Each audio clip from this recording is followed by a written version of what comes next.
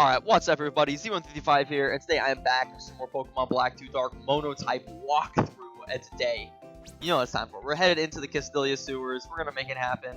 I'm gonna actually make some story progress today, instead of, just living the life, running around Castelia City doing absolutely nothing. But if you missed the last episode, we explored pretty much all of Castelia City, so we're ready to just roll. Gonna roll with our brand new dark types, and yeah, we're gonna see how this goes. So Iris was telling us we gotta head over here to this pier down here. We have not been here yet, and here she is. Go inside the sewers from here. She's pretty suspicious. Yeah, I'd say that if anybody's hiding, if any shady people are hiding, they're definitely gonna be down here. We totally did. I definitely. What do you mean, Hugh? We definitely found Team Plasma, bro. There's nowhere else they can be. Like, it's real talk. So, that's where we're going to be headed. And there's going to be a lot of brand new Pokemon for us to find once we get in here. There's a lot of wild Pokemon that are available in Castelia Sewers that have not been available up to this point. So I'm going to be talking about that once I get in here. But let's just talk to our rival. Now, this is a really, really cool thing is once you get in here, as long as you're in the sewers with your rival, he will heal up your Pokemon for free, and he'll do double battles with you. So that means that we won't have to worry about healing our Pokemon or anything. We can just chill as long as we're in here. So that's awesome. So we're gonna go into a wild battle here. As long as you have your rival with you, all wild battles are gonna be double battles, as you can clearly see. And he will throw out a Pokemon with you. So if you end up finding something you want to catch, it actually might behoove you to just knock out his Pokemon so that he doesn't kill them. But we're not going to worry about it. We're just going to run away.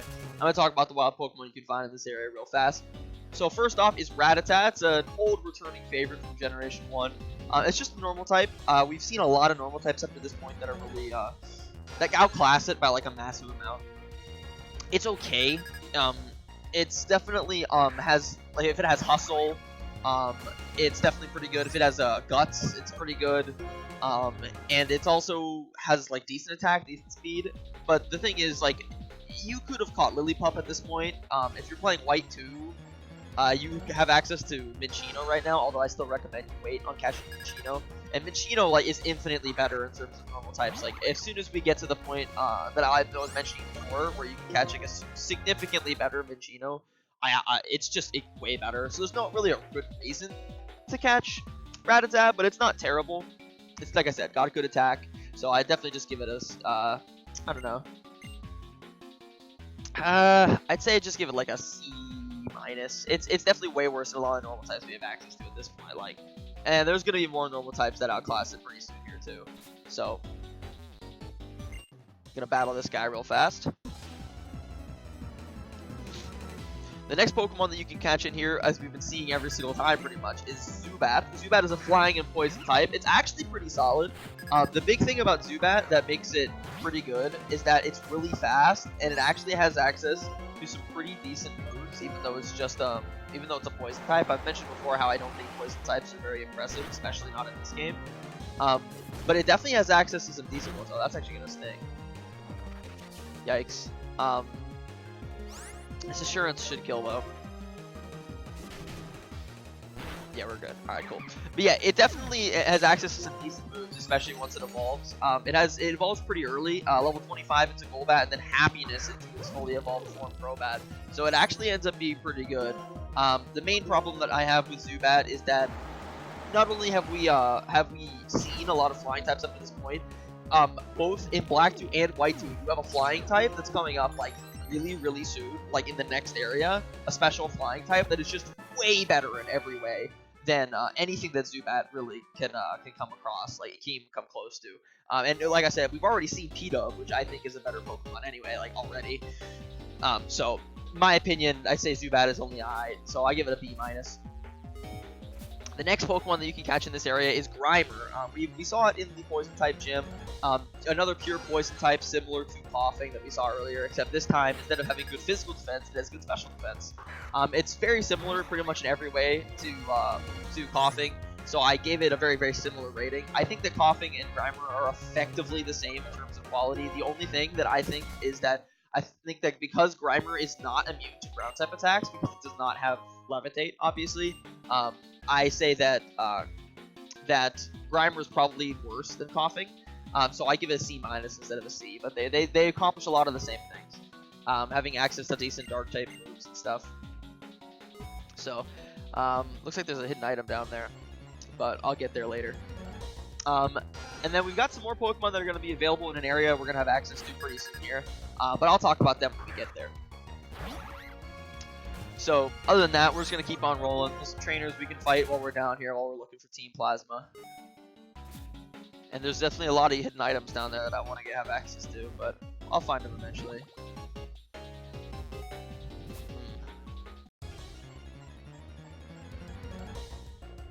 Dude, every single wild battle has been a Rattata and a Zubat. I'm actually serious. I'm pretty sure every single wild battle has been these two.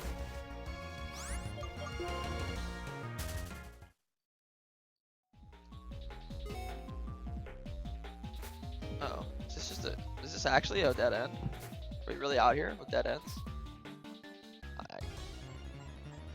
Well, no. Dude, I know where I'm going. Ah, there's Grimer. Finally come across the Grimer. But yeah.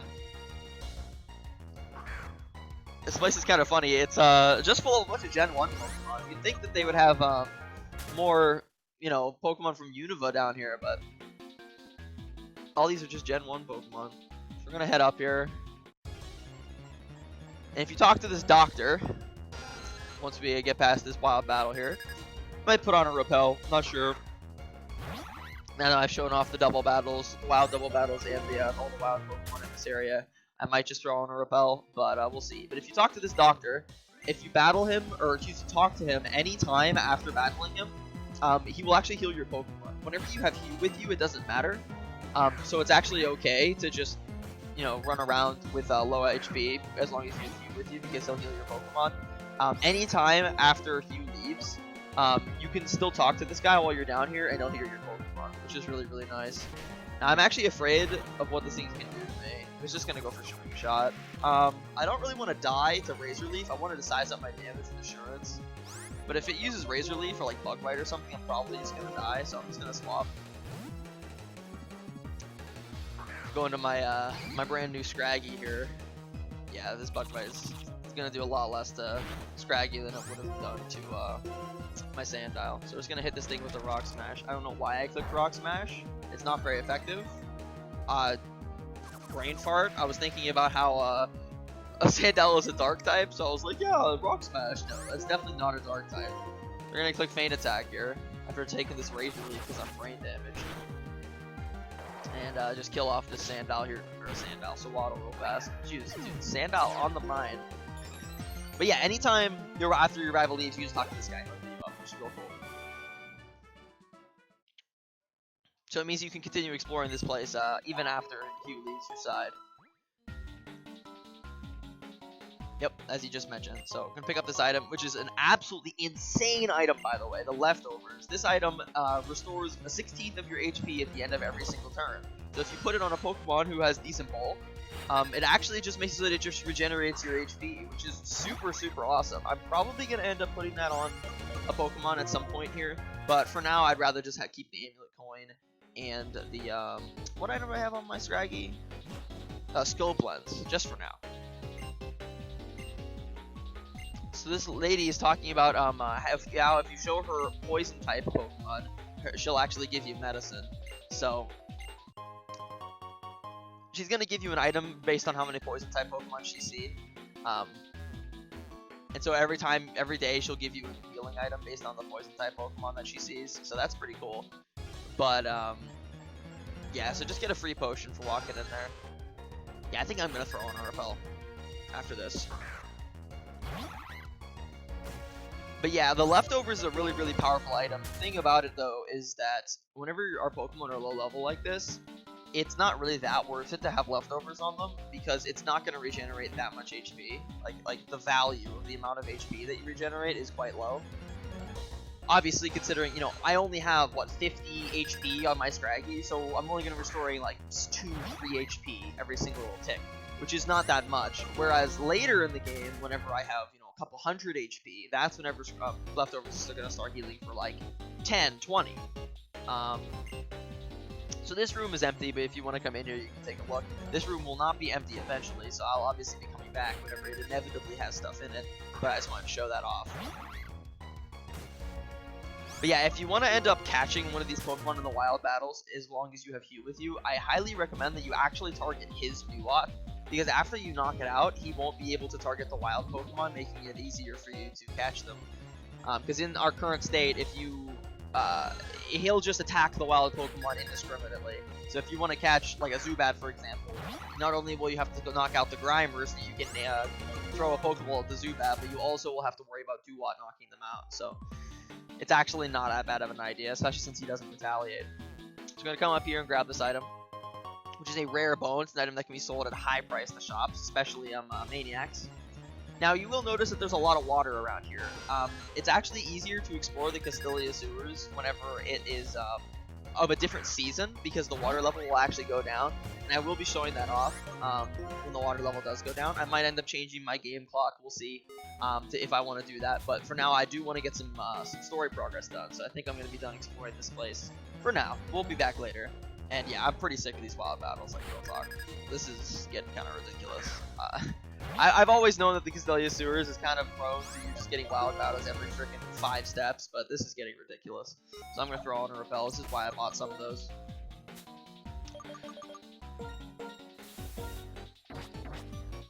And this is also the first generation and the first game that they introduced where if a Repel wears off, it will actually ask you if you want to spray another one, instead of the Repel just wearing off and you have to go back into your bag, which is absolutely awesome. It's just absolutely fantastic. But yeah, as you can see, if you come right over here where these stairs are, you can actually get into the water if you have the move Surf. We will have the move Surf eventually. Unfortunately, we don't have it right now. But yeah, at some point we will actually be able to use that to our advantage. So this guy's got a Drillbur. Now this Pokemon is insane. We're actually going to be able to catch this Pokemon really, really soon in the game. And this Pokemon is ridiculous. Like, whenever I give this thing a bio, you're going to hear me talking about how ridiculously overpowered this Drillbur is. Wow, Sandtomb freaking got countered by this guy using Rapids, man. But yeah, Drillbur is absolutely insane. It's actually almost like comical how insanely powerful Drillbur is. And I will be talking about that whenever we inevitably get the chance to catch it. Alright, just gonna KO that thing with Assurance and level up, which is really nice. Level 19 for our Sandile. I want to learn the move Mud Slap. I'm not interested. It lowers accuracy, actually. I think I still have Sand Attack. I do, so I might as well get rid of Sand Attack. It's effectively the same thing as Mud Slap. Mud Slap also lowers accuracy, except it also does some damage. So if I ever want to use an accuracy lowering move, I'd much rather have Mud Slap than Sand Attack. So might as well just get that replaced. But yeah, as you can see right here, we would be able to get into the water and explore all those areas on the left that we saw, but we don't have access to. As you can clearly see, like, there's like the dowsing machine is going crazy because of all the items that we could be getting, but we're just not actually able to get to the places where they're located. Like up there.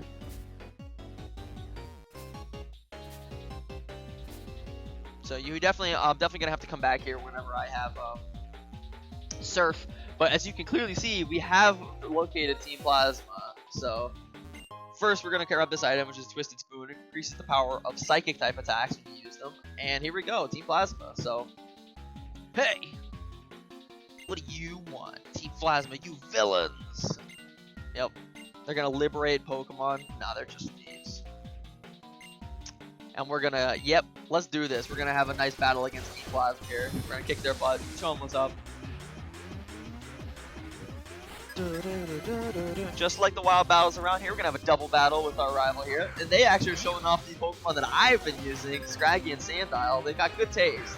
But I can pretty much rely on Duat. Duat's gonna OHKO that Sandile for free. So I'm just gonna focus my attention on this Scraggy and hit with the Sandtomb.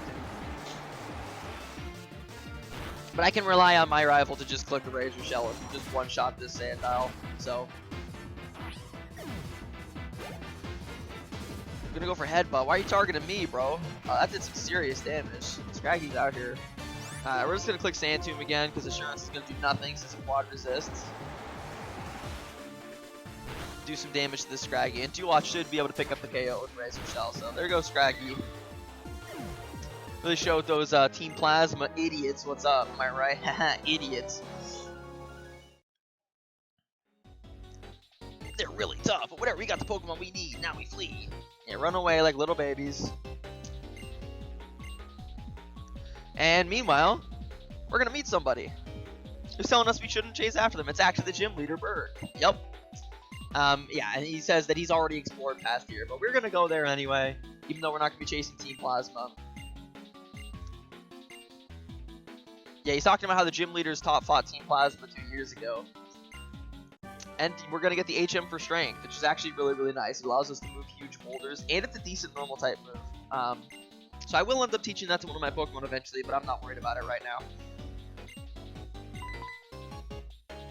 And we're going to get approached by a strange-looking man. That was an excellent demonstration of that. Like, the way you brought out the power of your Pokemon against an opponent like Team Plasma. Astounding. Simply astounding. Interesting as well. I see. What a weird guy. Berg and I are just like, what the heck? Who was that? I'm gonna challenge you, buddy. But after I do a little bit more exploring, I am making a video after all. So we're gonna look around where Berg came from, and as you can clearly see, there's an item back here if we go. It is a heart scale. And after Berg and Hugh leave, you actually have access to not only the cave that was past there, but also, more importantly, for me, this place that was blocked off by that guy in the purple shirt. This area right here is the Castelia Park, and this is a really, really important area if you're trying to add Pokemon to your team, because not only do you have access to some really, really strong grass types, you have access to 2 really, really decent normal types. I'm not going to say great, but decent normal types, and most importantly, a Pokemon that I'm pretty sure everybody knows and loves, which is Eevee. I'm going to be showing that off here. I'm going to actually be catching one. I want your guys' opinion. I know that there aren't a lot of people commenting on the videos at this moment. At these days, I'm going to wait for my repel to wear off. Hopefully it'll wear off pretty soon here. Oh, I guess it already did. I wasn't paying attention. But yeah, here's one of the grass types I was talking about. I'll give this thing a bio in a second. But I want to talk about Eevee first. Eevee actually has an evolution where if you evolve it at nighttime at high happiness, or level it up at nighttime with high happiness, it will evolve into the dark type Pokemon Umbreon. I was wondering you guys' opinion. There are actually already 7 dark types in the Unova region that are all from Generation 5, like ones introduced in Generation 5 for me to use. So I won't actually have room for all of them anyway. I was planning on late game replacing Liepard for the 7th dark type once we get to that point. But I was wondering if you guys actually wanted me to use Eevee and evolve it into Umbreon. Because, again, that's a dark type, so that's a real Pokemon that is eligible for the team. It's just, it's not a Unova Pokemon, and it would kind of set a precedent where I would be allowed to use dark types that aren't from Unova. And since this is a Black 2 playthrough, I kind of wanted to focus on Unova. So just let me know your opinion. Like I said, not a lot of people are commenting, but I wanted some input. I've been talking to my friends about this, who have been helping me with this playthrough up to this point, and I just wanted some more opinions on whether or not I should use Umbreon in this playthrough, since, like I said, it is a dark type, but it's not from this generation, so I wasn't super interested. But we're just going to KO this Audino while I'm looking for stuff. If it takes me too long after I talk about the other Pokemon in the area to find an Eevee to catch, I'll just skip past. But I am legitimately interested in catching an Umbreon, or at least an Eevee, so that I can make that decision later. So I am going to do that while I'm here.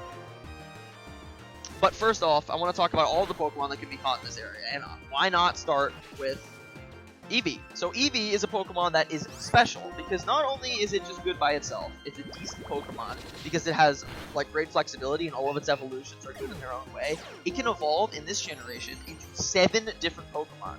Now, 2 of them you will not have access to for a really, really long time, which is its Ice evolution, Glaceon, and its Grass evolution, Leafeon, which I think are both completely unviable. And if you want an Ice type, there are better Ice types. If you want Grass type, there are definitely better Grass types, so I don't recommend those 2. It has a couple other evolutions. I'm also not going to go for that. I don't want to get too over-leveled. I think now that Sandal is level 20, I think I'm pretty satisfied. So I'm just going to see if I can find Eevee first. But if you really, really, really want to use Eevee, it has significantly better Pokemon that you can evolve it into.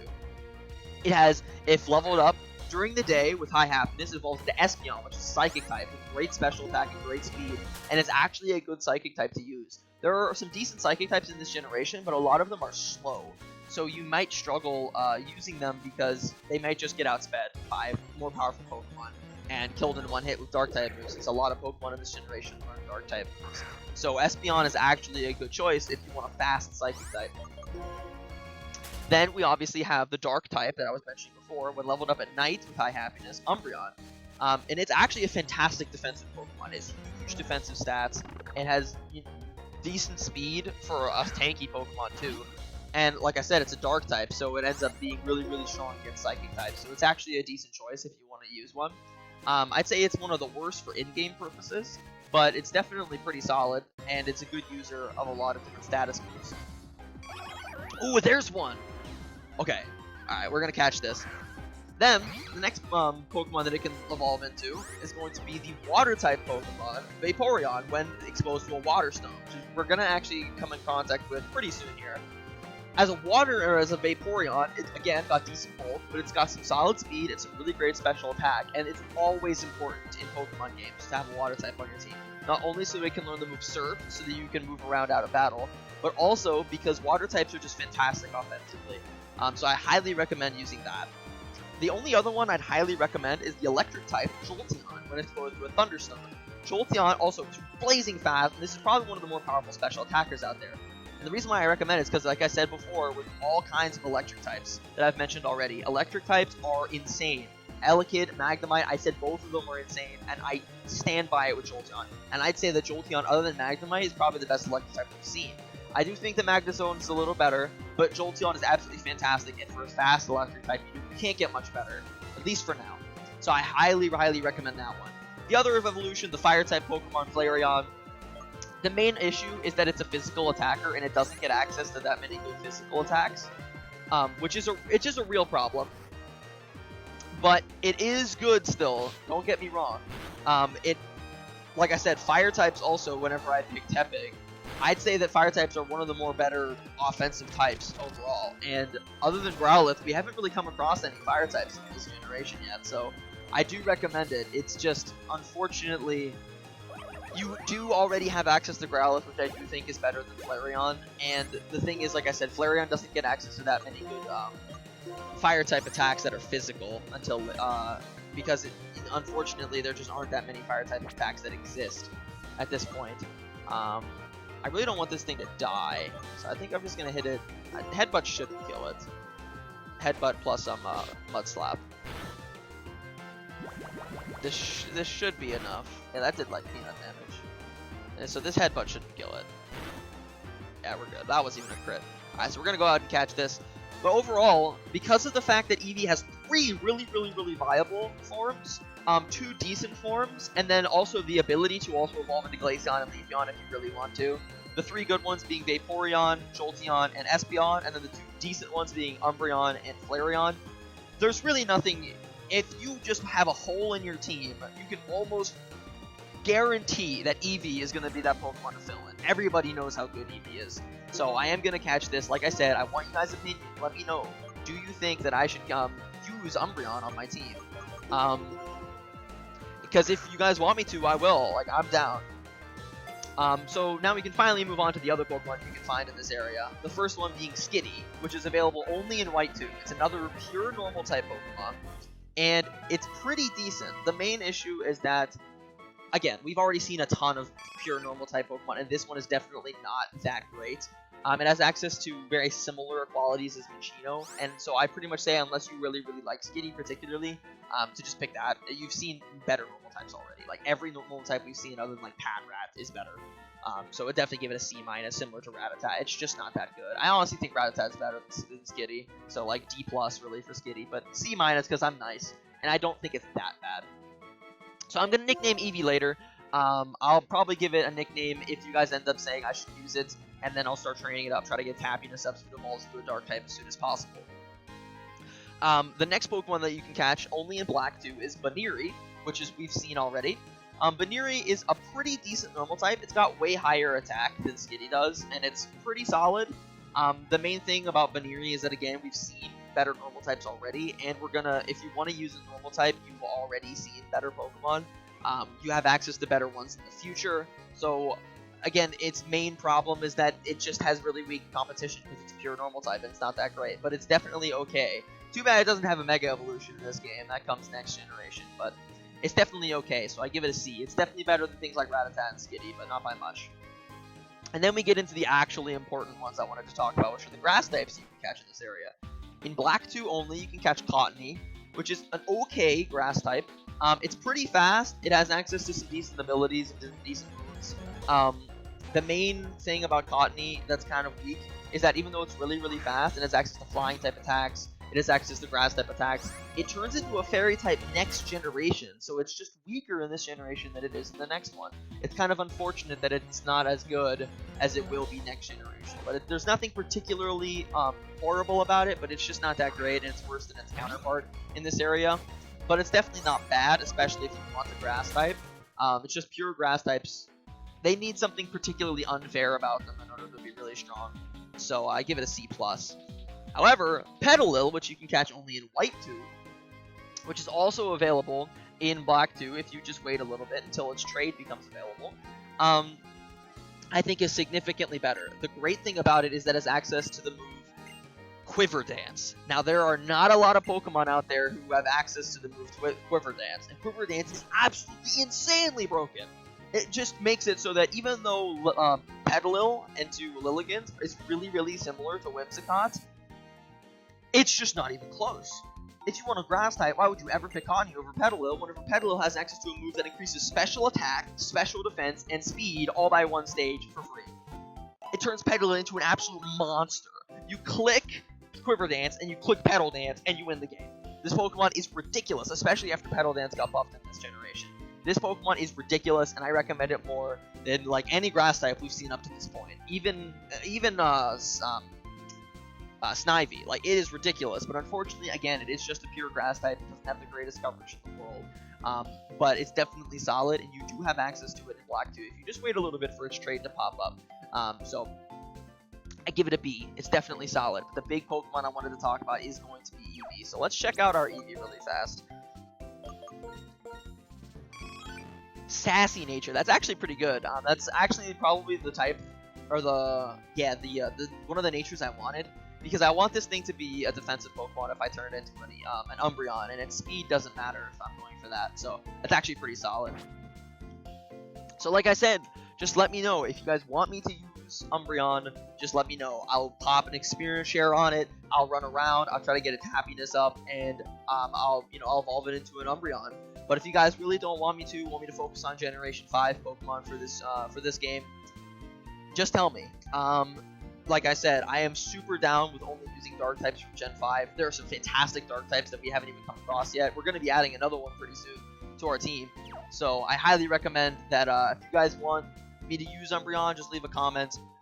If not, then I understand. I'll talk to my friends about it in case nobody leaves any comments, and I'll make the decision on whether or not I want to use Umbreon on my team. But I'm definitely willing to use it. I just want to know, since I'm already going to be kind of tight for slots on our team, since there's so many cool Dark types in this generation. But yeah, that's all I wanted to do for today. In the next episode, we're going to be exploring that cave that was past the Castelia Sewers. I'm going to be headed back in there, but as we said, Iris said that we actually do have access to the gym now. So that's not going to take me very long to explore that cave. And then we're going to be doing the gym next episode. So thank you guys all so much for watching. It was a little bit of a slow episode, but I really do want to get this out there because I want everybody to know I am thinking of using Umbreon. What's your opinion? So that's pretty much all it is. I'm going to wait a little bit, maybe like another week before the next episode, so I can get a little bit of feedback, talk to my friends. And yeah, in the next episode, we're going to be exploring that cave and then heading to the gym, and we're going to make it happen. So thank you guys so much for watching. Yeah, really, really cool stuff. Peace.